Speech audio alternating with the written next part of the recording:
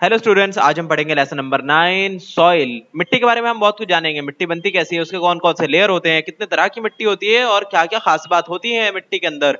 और soil erosion मतलब मिट्टी का बहना क्या होता है, कैसे बचा के रखें हम मिट्टी को, और पॉल्यूशन वगैरह से क्या नुकसान है।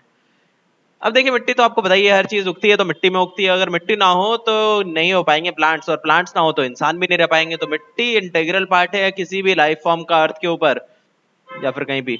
आगे देखिए, फॉर्मेशन ऑफ सॉइल। सॉइल बनता कैसे है? ऐसा बनता है कि देखिए, पहाड़ तो आपको पता ही है कि पहाड़ मतलब कि पत्थर होते हैं, बहुत सारे यहाँ पे पाए जाते हैं। अब क्या होता है, पत्थर की भी एक लाइफ होती है, मतलब कई कुछ हजार साल में, कुछ लाख साल में वो भी टूट टाट के छोटे छोटे छोटे छोटे पार्टिकल में बिखर जाते हैं, है ना। आपने देखा होगा, कागज भी आपने रख दिया कोई 20 साल 30 साल हो गए ना, तो कागज जो है क्या होता है, पीला पड़ जाता है, पिघल जाता है, मतलब टूट जाता है छोटे छोटे हिस्सों में, है ना, बिखर जाता है वो। तो वैसे ही अब ये क्या चीज है, ये भी तो है, वो इसी से एटम्स ही बना है बेचारा। ये भी तो हवा चलने तक से भी वो बिखरता रहता है थोड़ा थोड़ा करके, कोई भी चीज। तो ये भी जो है ना, वेदरिंग बोल देते हैं इस चीज को, कि मौसम का हाल। जब मौसम की मार पड़ती है ना किसी भी चीज पे, चाहे वो पहाड़ी क्यों ना हो, 1 लाख साल तक, 2 लाख साल तक, तो वो टूट टूट के छोटे छोटे कणों में बिखर जाता है। जब वो छोटे छोटे कणों में बिखर गया, तो आसपास के जीव जंतु वहां पे मरे भी होंगे। मरे तो उसके अंदर क्या पड़ गया, ह्यूमस।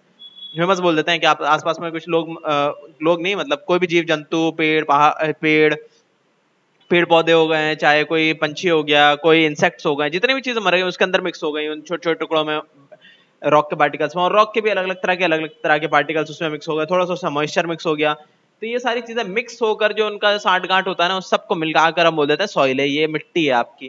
ठीक है। अब इसके भी अलग अलग स्टेप्स हैं कि कैसे बना भाई सॉइल।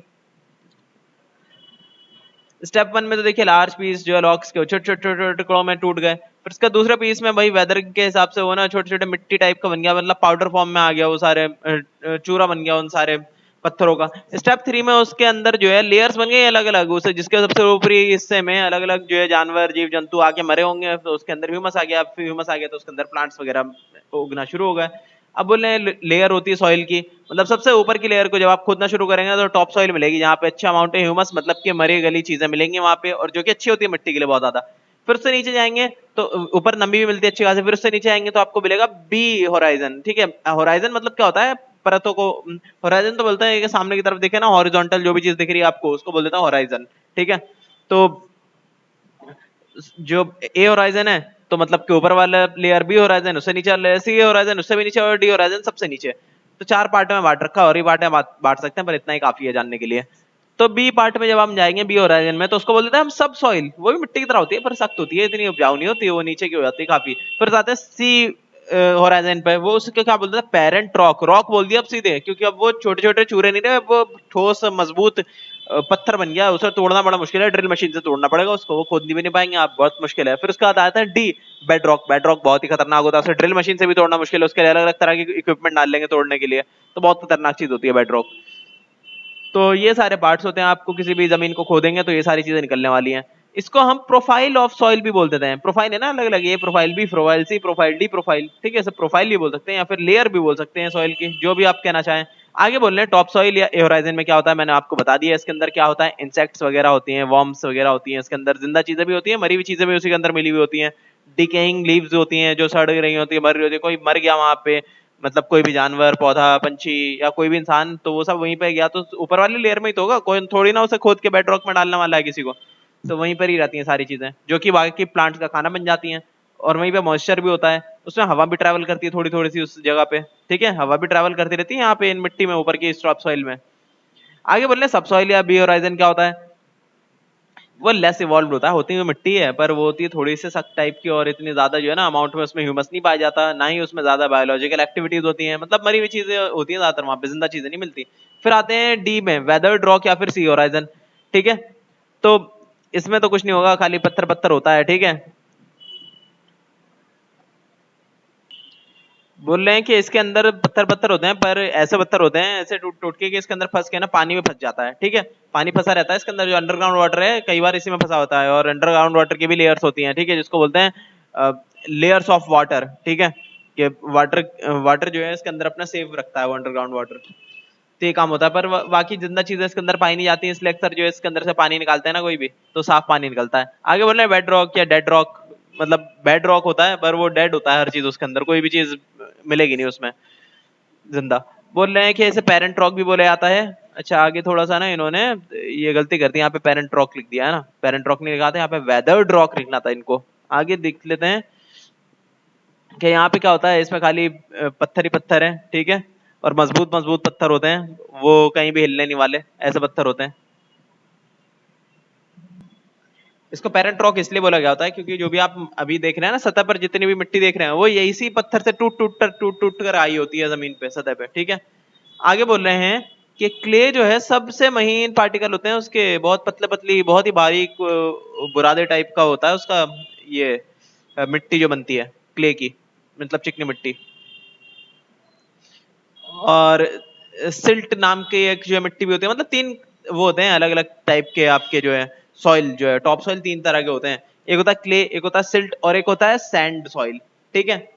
सैंड आपको पता ही है कि रेतीली मिट्टी को बोलते हैं ना। अब पूरी रेत नहीं, सैंड की बात नहीं हो रही, सैंडी सॉइल की बात हो रही है कि वो है तो मिट्टी पर सैंडी है, उसमें जो है बड़े बड़े पार्टिकल्स है काफी। अब ने सिल्ट में जो है ना थोड़े बड़े टाइप के पत्थर होते हैं ना, मतलब पत्थर नहीं, साइज बड़ा होता है उनके पार्टिकल्स का मिट्टी के, जबकि सैंडी सॉइल में सबसे बड़े बड़े पार्टिकल्स होते हैं मिट्टी के, ठीक है। तो और इसमें सबसे ज्यादा उपजाऊ कौन सा होता है, क्लेई सॉइल होता है सबसे ज्यादा उपजाऊ, ठीक है। बाकी मतलब सबसे ज्यादा पानी भी इकट्ठा कर लेता है और बहुत काम का रहता है। आगे बोलते हैं some other constituent of soils, क्या क्या होते हैं सॉइल के अंदर, देखिए ह्यूमस होता है, ह्यूमस बोलते हैं मिट्टी के अंदर जब मरे जीव जंतु मिक्स हो जाते हैं ना उसको बोल देते हैं ह्यूमस। आगे बोलते हैं लिविंग ऑर्गेनिजम्स, लिविंग ऑर्गेनिजम्स होते हैं उसके अंदर बैक्टीरिया हो सकते हैं, इंसेक्ट्स हो सकते हैं, वर्म्स हो सकते हैं, क्या क्या हो सकता है उसके अंदर, वो सब मिला के मिट्टी के अंदर रहते हैं। पानी तो होता ही है मिट्टी के अंदर, नमी होती है ना मिट्टी के अंदर। आगे बोल रहे हैं एयर, हवा भी ट्रेवल करती रहती है मिट्टी के अंदर। और बोल रहे हैं, देखिए मैच द फॉलोइंग खुद से कर लिए आप, बहुत आसान है। आगे बोल रहे हैं टाइप्स ऑफ सॉइल, कितने तरह के सॉइल्स होते हैं, वही जैसा मैंने बताया, Sandy soil, clayey soil, loamy soil. अच्छा यहाँ पे सिल्ट सॉइल कहाँ चला गया भाई, सिल्ट सॉइल को इन्होंने गिरा नहीं है, पता नहीं क्यों नहीं गिरा, पर गिन सकते हैं चाहे तो तो जैसे कि मैंने बताया सबसे बड़े बड़े पार्टिकल्स होते हैं सैंडी सॉइल में, इसे एज अ सीमेंट बनाने के लिए भी इस्तेमाल किया जाता है और इस पे भी उगते हैं, बहुत सारी चीजें उगती हैं इस पे भी। फिर नेक्स्ट आता है क्लेई सॉइल, क्लेई के सबसे महीन पार्टिकल्स होते हैं, बहुत ज्यादा उपजाऊ जमीन होती है ये, ठीक है। पर ये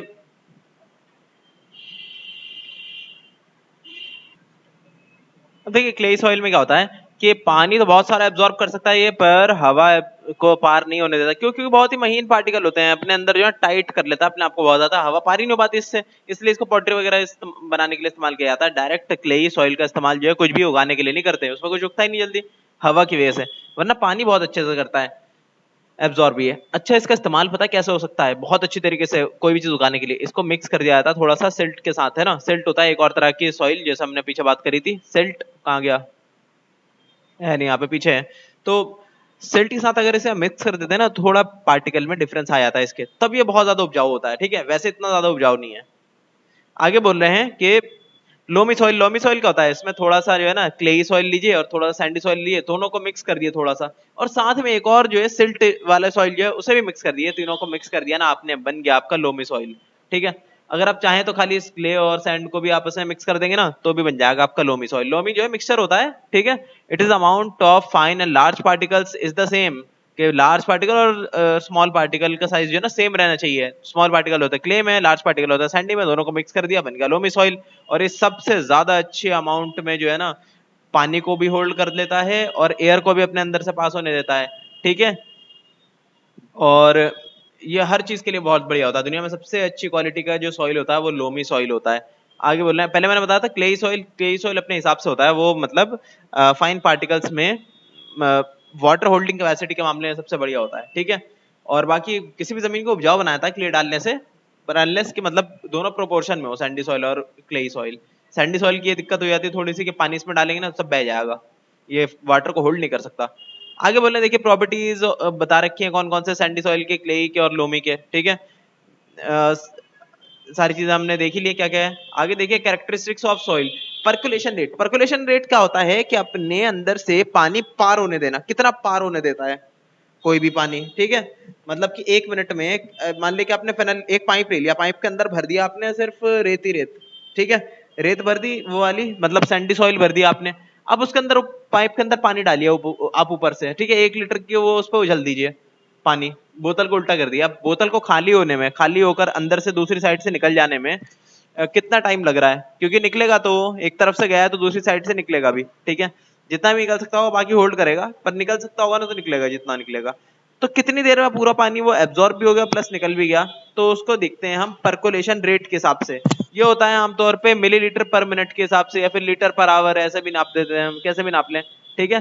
कि रेट है ना, कितना अमाउंट में कोई चीज हुई पर यूनिट टाइम। तो वैसे ही देखिए इन्होंने देखा है कि अगर 300 ml पानी एक तरफ से दूसरी तरफ पार हो गया वो और 30 मिनट में हो गया, तो बोलेंगे 10 ml पर मिनट का परकुलेशन रेट है। वैसे सबसे अच्छा परकुलेशन रेट किसका होता है? सैंडी सॉइल का होता है, क्योंकि सैंड है वो आराम से पार होने देगा, है ना। वो मान लिए 2 मिनट वो पता लग रहा है कि 50 ml पर मिनट कर देगा, वो एक ही मिनट में 50 ml पार करा देगा अपने अंदर से। जबकि लोमी सॉइल का इससे कम होने वाला है। लोमी सॉइल इतनी जल्दी पार नहीं कराएगा अपने अंदर से पानी को, बहुत स्लो स्लो पार कराएगा। और सबसे कम होगा क्लेई सॉइल का। क्लेई सॉइल क्या होता है? महीन पार्टिकल्स, ये पानी को होल्ड बहुत कर लेता है, बाहर जाने नहीं देगा। हो सकता है आपने 1 लीटर पानी डाला, 1 लीटर का 1 लीटर वो सोख लेगा, एक बूंद भी नीचे नहीं आने दिया। या हो सकता है कि आपने 1 लीटर पानी डाला और आधा लीटर सोख लिया, आधा लीटर ही आने दिया, फिर भी कितना टाइम लगा बाकी का आधा लीटर को बाकी निकलने में, उसमें भी टाइम भी बहुत लगाएगा ये। पता है क्या करेगा? 5 ml या 2 ml ही करेगा 1 मिनट के अंदर ये पानी अंदर से पार। तो इसका पर्कुलेशन रेट बहुत स्लो होने वाला है क्ले का। और लोमी का मीडियम। और सबसे ज्यादा पर्कुलेशन रेट होगा आपका सैंडी सॉइल का। वैसे ही देखिए moisture in soil absorption, moisture मतलब कितना अमाउंट में मॉइस्चर अपने अंदर रख सकता है या फिर वाटर को एब्जॉर्ब कितना कर सकता है कोई भी सॉइल। इसके बारे में अगर हम बात करें तो सबसे ज्यादा एब्जॉर्ब कर सकता है क्लेई सॉइल, उससे कम जो है लोमी सॉइल, और सबसे कम जो है सैंडी सॉइल एब्जॉर्ब करता है अपने अंदर पानी, बाकी सारा बहा देता है। आगे बोल रहे हैं इसको कैसे नापेंगे कि कितना मेजर करना है, मतलब पानी कितना होल्ड कर रहा है कोई सी मिट्टी। मान लीजिए 1 किलो आप ले लेंगे, ठीक है, मिट्टी। 1 किलो आप लोमी सॉइल ले लिए, 1 किलो आप जो है सैंडी सॉइल ले लिए, 1 किलो क्ले की सॉइल ले लिए। अब 1 किलो के अंदर किस पॉइंट पर कितना ml उसने पानी ले लिया अपने अंदर, मतलब कैसे नापेंगे कितना पानी ले लिया उसने? उसका नापने का ये तरीका है कि आपने एक फनल में डाल दी है मिट्टी, 1 किलो मिट्टी। अब उसके ऊपर जो पानी डाल रहे हैं आप, ठीक है, 1 लीटर पानी डाल दिया। अब 1 लीटर के पानी के अंदर फनल में से पार होकर कुछ तो पानी जाएगा। अब मान लीजिए 1 लीटर में से 700 ml पानी नीचे आ गया, ठीक है, तो समझ जाएंगे कि वाटर होल्डिंग कैपेसिटी कितनी है? 300 ml प्रति किलो। अगर मान लीजिए कि आपने किसी मिट्टी के अंदर 1 लीटर पानी डाल लिया और नीचे जो है 400 ml आ गया, मतलब कि कितनी वाटर होल्डिंग कैपेसिटी है उसकी? 600 ml प्रति किलो, मतलब उसकी बहुत है वाटर होल्डिंग कैपेसिटी। वैसे ही अगर आप देखेंगे ना अलग अलग को, तो अलग अलग तरह की वाटर होल्डिंग कैपेसिटी आएगी। मतलब 1 लीटर पानी अगर हम डालेंगे ना सैंडी सॉइल में, हो सकता है कि 1 लीटर में से 900 ml पानी नीचे आ जाए, खाली 100 ml प्रति किलो उसकी हो वाटर होल्डिंग कैपेसिटी। जबकि अगर आप जो है लोमी सॉइल में डालें तो हो सकता है 1 लीटर के अंदर सिर्फ 800 ml ही नीचे आए, मतलब 200 ml उसकी पर किलो वाटर होल्डिंग कैपेसिटी। जबकि अगर आप क्ले सॉइल को लें तो हो सकता है कि सिर्फ 500 ml नीचे और 500 ml वो एब्जॉर्ब कर ले, तो उसकी वाटर होल्डिंग कैपेसिटी हो गई 500 ml प्रति किलो। ठीक है, तो ये होता है, ऐसे नापते हैं हम water holding capacity. Weight of the water absorb निकालेंगे divide by weight of the soil multiply by 100, ठीक है। मतलब कि अपने वेट के हिसाब से सॉइल कितना वेट उठा पा रहा है वाटर का, इसको बोलते हैं वाटर होल्डिंग कैपेसिटी। और मल्टीप्लाई बाय 100 वो तो परसेंटेज के लिए हो गया, है ना। मान लिए कि 1 किलो का क्लेई सॉइल है 1 किलो, और आधा किलो पानी उठा रहा है, तो 50% हो गई ना उसकी वाटर होल्डिंग कैपेसिटी। ठीक है, बस इसी को बोल देते हैं एब्जॉर्प्शन, और एब्जॉर्प्शन नापना सॉइल का। आगे बोल रहे हैं देखिए सॉइल एंड क्रॉप, जिस तरह का सॉइल होने वाला है उसी तरह के क्रॉप्स निकलने वाले हैं, ठीक है। और हर सॉइल में हर तरह का क्रॉप नहीं आता। जिस तरह की मिट्टी होती है जिस जगह की, उसी जगह पे उसी तरह के पेड़ भी लगने वाले हैं। जैसे कि आपने सुना हो कश्मीरी सेब, वो कश्मीर में ही होता है, कहीं और नहीं लग सकते, क्योंकि उस तरह की मिट्टी है वहां पे, और साथ में उस तरह का मौसम भी है। आगे सॉइल इरोजन आपको पता ही है कि अगर वहां पे किसी जगह पे किसी नदी के किनारे अगर आपने पेड़ वगैरह नहीं लगा रखा, वहां पे पौधे वगैरह नहीं लगा रखे मजबूत मजबूत, तो क्या होगा? नदी का पानी चलता जाएगा, साथ ही साथ आपकी मिट्टी भी लेता जाएगा अपने पानी में मिक्स होकर, करते करते करते करते एक टाइम ऐसा आएगा कि आधा खेत आपका गायब हो गया, आधी जमीन गायब हो गई आपकी। वो साइज बढ़ता जाएगा, उसकी चौड़ाई बढ़ती जाएगी उस नदी की, और आपका जो है मिट्टी वो ढलता जाएगा, बाहर निकलता जाएगा। उसी चीज को बोलते हैं सॉइल इरोजन। वो सारा सॉइल जाता कहाँ है? मिट्टी उसके रास्ते, नदी के रास्ते सीधे चले जाता समुद्र में। तो किस काम का? हमारे नुकसान हो गया बहुत ज्यादा। तो इस सॉइल इरोजन को बचाने के लिए हमें पेड़ लगाने चाहिए ज्यादा से ज्यादा। आगे बोल रहे हैं सॉइल कंजर्वेशन, सॉइल को बचाने के लिए क्या क्या करना चाहिए? तो बोले टेरेस फार्मिंग करनी चाहिए। देख रहे हैं टेरेस फार्मिंग, इस तरह से कटाई कर दो आप, जो है उसके ऊपर सारे वो सारे लगाओगे ना, तो ज्यादा अमाउंट में जो है आप पानी उसके अंदर होल्ड करवाओगे, और ज्यादा अच्छे से आपकी जो है ना फार्मिंग हो पाएगी, है ना, ऐसा बोलते हैं। और ऊपर से आप पानी डालेंगे तो स्लोप पे बहता बहता बहता पानी नीचे आएगा और हर तरफ पानी पहुंच जाएगा अच्छे अमाउंट में। तो ये आप कर सकते हैं। बाकी बोल सकते हैं, अब देखिए इसमें क्या होगा, मान लीजिए ऊपर से आपने पानी डाला भी, तो क्या से ऊपर से पानी मान लीजिए कि मिट्टी रिसी भी, तो रिस्क भी तो नीचे ही जाएगी, नीचे वाली मिट्टी में वहां पर जाके रुक जाएगी। और वैसे भी पानी जब आप डालेंगे तो बहुत स्लो स्लो नीचे उतरने वाला है, क्योंकि स्टेप बाय स्टेप नीचे उतरेगा, तो उसकी स्पीड नहीं बन पाएगी पानी की कोई। तो स्टेप बाय स्टेप नीचे आएगा तो अच्छे से सोखेगा मिट्टी, ना कि वो बहकर चले आएगा पानी के साथ, ठीक है। पर ये सब कब पॉसिबल हो पाता है, जब इस तरह के आप पहाड़ी इलाके में जा रहे हो ना, जब ऊबड़ खाबड़ जमीन हो बहुत ज्यादा, तब वहां पे हो पाती है टेरेस फार्मिंग। आगे बोल रहे हैं एफॉरेस्टेशन, पेड़ लगाओ ज्यादा से ज्यादा, बच जाएगी आपकी मिट्टी, नहीं उड़ेगी हवा में या फिर पानी के साथ। फिर बोल रहे हैं सॉइल कवर्स, कहीं पे होता है ना बहुत ही सूखी रूखी सूखी जमीन है, वहां पर आप जो है ना ढक दिए सॉइल कवर, ना हवा के रास्ते से ही उड़ जाएगा वो सब कुछ। बोल रहे हैं कि ये देखिए कॉन्टूर प्लोइंग क्या होती है, इस तरीके से पैटर्न बना देते हैं वो मिट्टी का किसान अपने पहाड़ी इलाकों पे, ताकि पानी जो है ना अगर इस पे गिरे, बारिश हो तो ऐसे लहराते हुए आराम आराम से जाए, है ना। ऐसे नहीं कि अचानक से नीचे फिसल जाए पानी बहुत ज्यादा अमाउंट में, उससे क्या होगा मिट्टी को नीचे लेकर आ जाएगा, ऊपर की अच्छी खासी उपजाऊ जमीन थी सही प्रोपोर्शन में, वो सब बहकर कहीं और जमा कर दिया उसने मिट्टी को, तो नुकसान हो जाएगा इससे। आगे बोल रहे हैं सॉइल के पोल्यूशन क्या इस वजह से होती है, बहुत सारी वजह से हो सकती है सॉइल की पोल्यूशन। जो इतने ज्यादा जो है हमारी गाड़ियां चलती हैं, गाड़ियों के अंदर इतने हार्मफुल गैसेस निकलते हैं, वो हवा में जाते हैं, हवा में फिर जाते हैं तो बारिश होती है तो वो सब जितना भी पॉल्यूशन है हवा के अंदर मिक्स करके एसिड ड्रेन करता है। जैसे मान लीजिए सल्फर हवा के अंदर मिक्स हुआ, सल्फर डाइऑक्साइड, तो सल्फर जो है पानी के साथ मिक्स करके क्या बना देगा, सल्फ्यूरिक एसिड, ठीक है। तो सल्फ्यूरिक एसिड कितना नुकसान है। और अमोनिया होता है, अमोनियम नाइट्रेट बना सकता है, और मतलब बहुत सारे तरह के अलग अलग तरह के एसिड ड्रेन कर सकता है, जिससे एसिड से तो आपको पता ही हर चीज खराब हो जाती है, फसलें भी खराब हो जाएंगी, जमीन भी खराब हो जाएगी।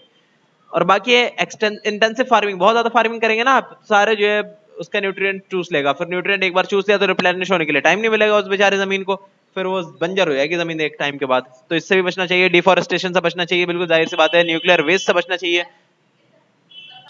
भाई न्यूक्लियर वेस्ट से तो इंसानों को भी खतरा है, और प्लांट्स को भी खतरा है, मिट्टी को भी खतरा है, हर चीज से उसके अंदर से धीरे धीरे ना छोटे छोटे अमाउंट में न्यूक्लियस टूटता रहता है, उसके छोटे छोटे पार्टिकल्स जो है ना बिखरते रहते हैं हमेशा उस एटम के, और जाते रहते हैं बिल्कुल गोली की स्पीड से बाहर में, टकराते रहते हैं कहीं पे भी, हमारे बॉडी पे भी टकराते हैं ना तो हमारे सेल को डैमेज कर देते हैं और बहुत सारा नुकसान कर देते हैं, कैंसर भी कर देते हैं। तो इससे मिट्टी को बचाना चाहिए, वरना मिट्टी फिर उपजाऊ नहीं रहेगी। आगे बोल रहे हैं हार्मफुल एंड इलीगल डंपिंग, कुछ भी केमिकल ऐसा नहीं कि आपने बहा दिया वहां के नाले में, पता लग रहा है वहां के पास की जमीन ही खराब हो गई।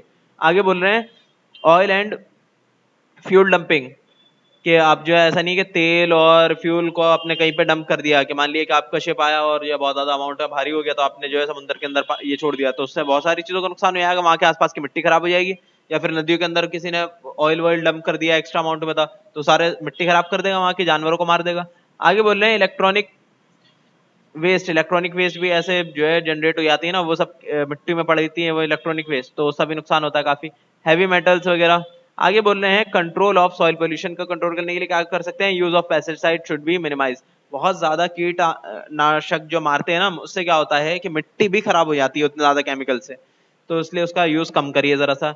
Use of fertiliser should be judicious, कि फर्टिलाइजर्स होते हैं ऐसे केमिकल्स जो कि खाना प्रोवाइड कराने का काम करते हैं प्लांट्स को, पर वो उस तरह के फर्टिलाइजर्स होते हैं जो कि ओवरऑल लंबे टाइम पे ना नुकसान पहुंचा देते हैं मिट्टी को, तो उससे भी थोड़ा सा बचना चाहिए। लिमिटेड अमाउंट में इस तरह का जो है फर्टिलाइजर डालना चाहिए हमें जमीन में। आगे बोल रहे हैं cropping techniques should be improved to prevent growth of weeds, कि ऐसे आप डालें बीज को कि जो फालतू के मटेरियल्स जो पैदा हो जाता है ना उसे कम करें, जरा वीड्स ऐसा बोलते हैं अनवांटेड प्लांट्स को, उन्हें कम करें, वरना क्या हुआ बेकार में वो इस्तेमाल हो रहे हैं वीड्स, इतने सारे न्यूट्रिशन ले रहे हैं वो जमीन का बिना वजह के, जिनका कोई काम नहीं है। आगे बोल रहे हैं special pit should be selected for dumping waste, कि अलग से पिट लेना चाहिए जहां पे आप डंप वेस्ट करें, अपना कूड़ा कबाड़ डालें, ऐसा नहीं कि कहीं भी फेंक दिया अपने खेतों खलियानों में। आगे बोल रहे हैं industrial waste should not be disposed of carelessly, कि जो इंडस्ट्रियल वेस्ट होता है ना सबसे ज्यादा तो उन्हें ध्यान देना चाहिए, ऐसा नहीं कि आपने कहीं भी फेंक दिया, चुन कर बिल्कुल साइंटिफिक रिसर्च करने के बाद कि कहाँ पे फेंके कि इकोसिस्टम को कम से कम नुकसान हो, सिर्फ वहां पर फेंकिए वरना मिट्टी गंदी होगी। आगे बोल रहे हैं एमसीक्यू में पहला है in addition to the rock particle the soil contains air water and plant, या फिर एयर एंड वाटर, या फिर mineral organic matter air and water, तो जवाब है सी वाला, ठीक है। मिनरल्स भी होते हैं, ऑर्गेनिक मैटर भी होता है, एयर भी होता है और वाटर भी होता है, ठीक है, रॉक पार्टिकल्स के साथ साथ सॉइल के अंदर। आगे बोल रहे हैं dead and decaying organic matter is called humus, humus बोल देते हैं मरी सली गली चीजों को, ठीक है।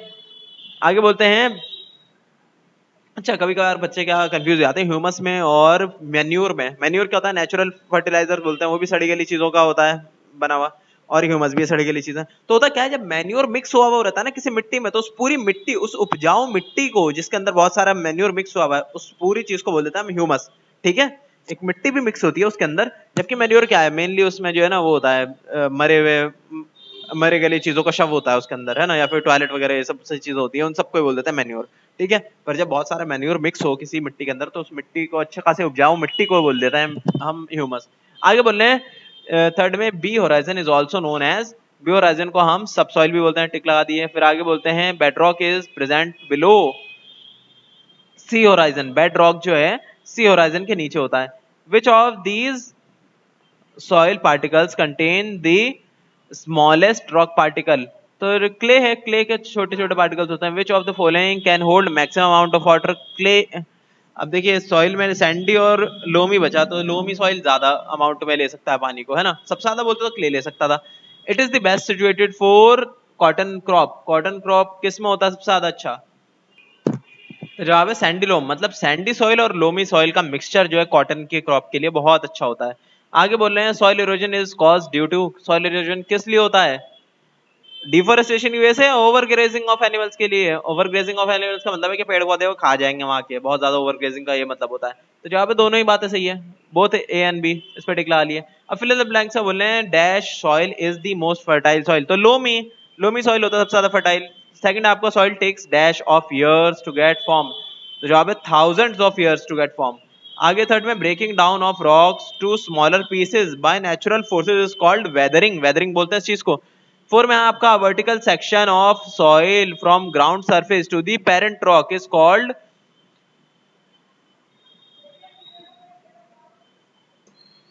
तो यहां पे आएगा सॉइल प्रोफाइल। ठीक है, सॉइल प्रोफाइल, और उसके बाद जो है लेयर ऑफ द सॉइल को बोलते हैं होराइजन। ठीक है, आगे देखिए फाइव में the top most layer of soil is called top soil.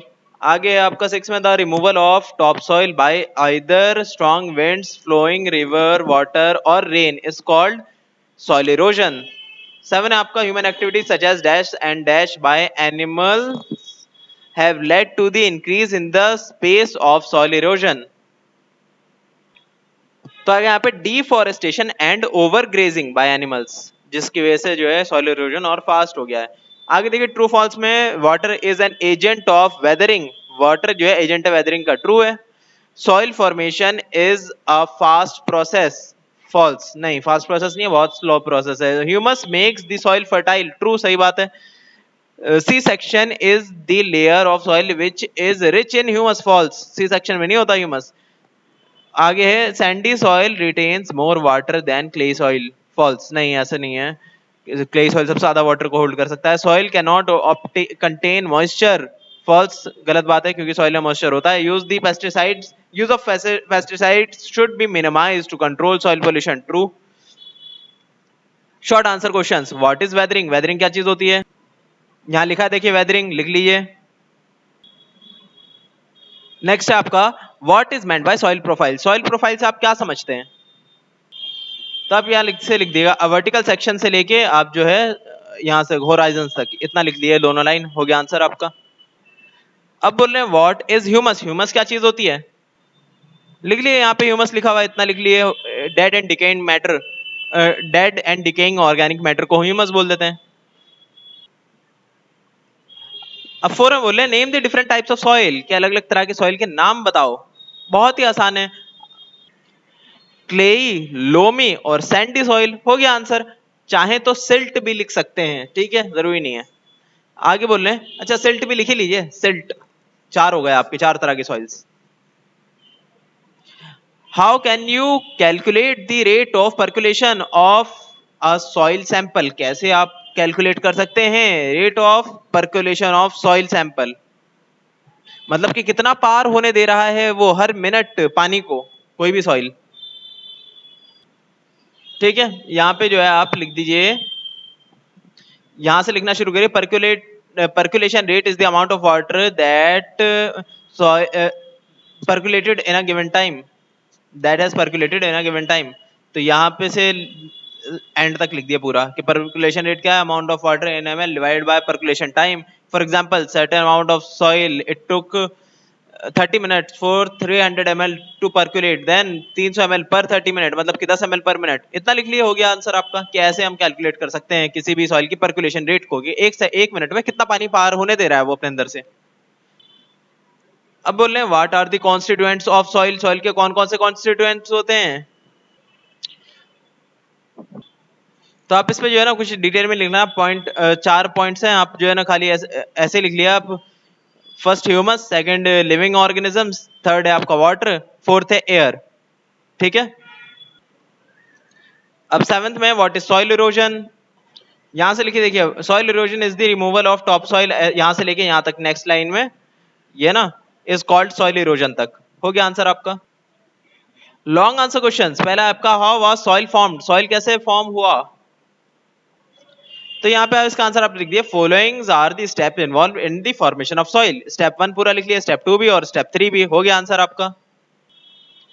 अब सेकंड में बोल रहे हैं mention the importance of the following in the soil. Air की इंपॉर्टेंस बताइए, वाटर की और ह्यूमस की इंपॉर्टेंस बता दीजिए. तो आप इसमें पॉइंट 1 डाल के लिखिएगा वाटर, पॉइंट 1 पे ह्यूमस, पॉइंट 2 पे वाटर, पॉइंट 3 पे एयर. तीनों की इंपॉर्टेंस पता लग गई आपको.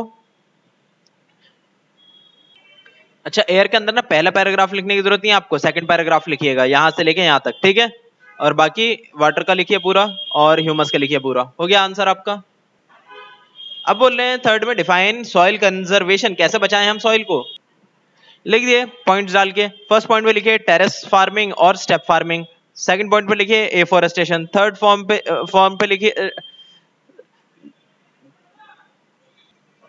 थर्ड पॉइंट पे लिखिए आप सॉइल कवर. फोर्थ पॉइंट पे लिखिए कॉन्टोर फ्लोइंग. ठीक है. तो ये 4 पॉइंट्स लिख दिया आपने. इससे आपने कंजर्व कर लिया सॉइल को.